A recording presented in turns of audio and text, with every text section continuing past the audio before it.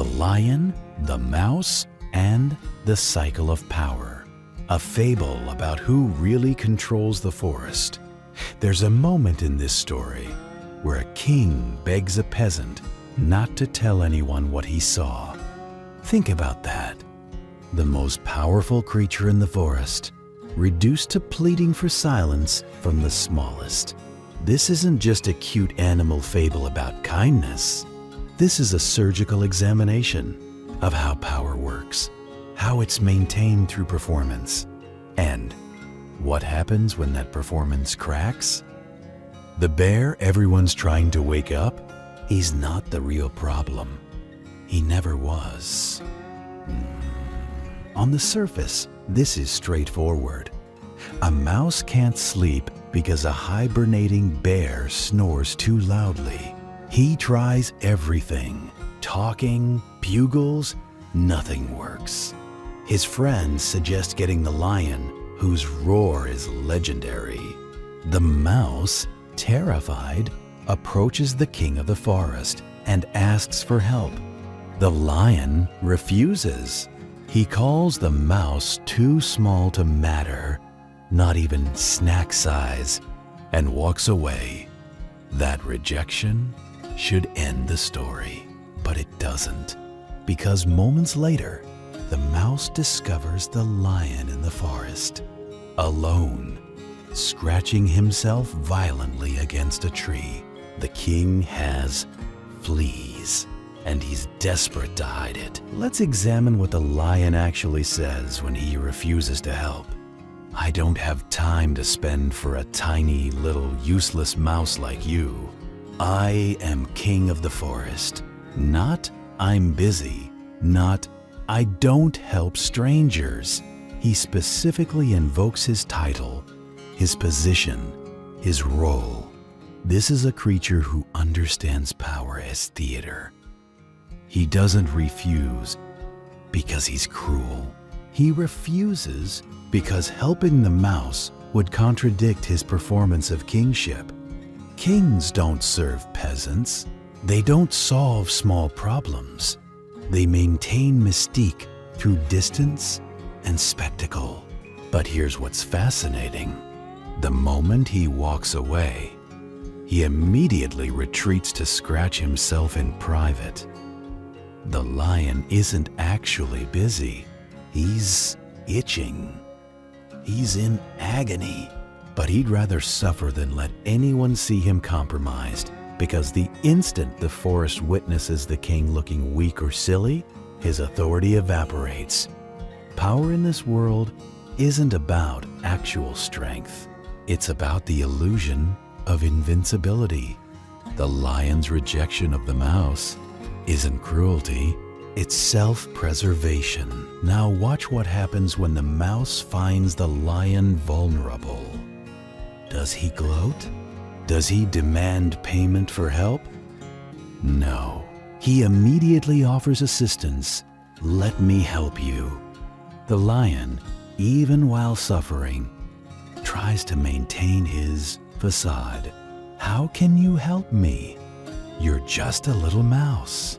Leave me alone." But the mouse doesn't wait for permission. He jumps onto the lion's back and starts removing fleas, despite being nearly crushed, drowned, and shaken off in the process. He risks his life to help the creature who called him useless. And here's where the story reveals its mechanism. The mouse doesn't help because he's noble. He helps because he understands leverage. He's just spent the entire story being powerless, unable to wake the bear, unable to command respect, dismissed by the lion. But in this moment, he holds something the king desperately needs. Relief. The mouse is creating a debt, and when the lion finally says thank you, when he offers the mouse a ride home, when he agrees to help wake the bear, he's not being generous. He's repaying an obligation he can't escape. The mouse turned vulnerability into currency. The climax of this story is supposedly the lion's roar waking the bear. The mouse gets what he wanted. The king demonstrates his power. Everyone laughs at the confused bear, stumbling into daylight. But let's trace the actual chain of causality. The lion only roared because the mouse saved him. The mouse only saved the lion because the lion refused to help. The lion only refused because he was hiding his weakness, which means the bear woke up because the lion had fleas. The supposed king of the forest, the creature everyone fears, was entirely controlled by parasites the size of a grain of sand. This reframes everything. The mouse isn't the underdog hero. He's the only character who actually understands how power moves through a system. He recognizes that the lion's authority is performance, that vulnerability is leverage, and that real control doesn't come from roaring the loudest. It comes from being present at the moment someone needs you. The friends who told the mouse to seek the lion, they understood this too. They knew the lion's power was conditional, that it could be accessed, that it wasn't absolute. So what is this story actually about? It's about the hidden mechanics beneath every hierarchy. The bear sleeps through the entire narrative. Oblivious, he represents brute force without awareness, powerful but inert, affecting others without intention. The lion represents performed authority, feared, respected, but ultimately dependent on maintaining an image.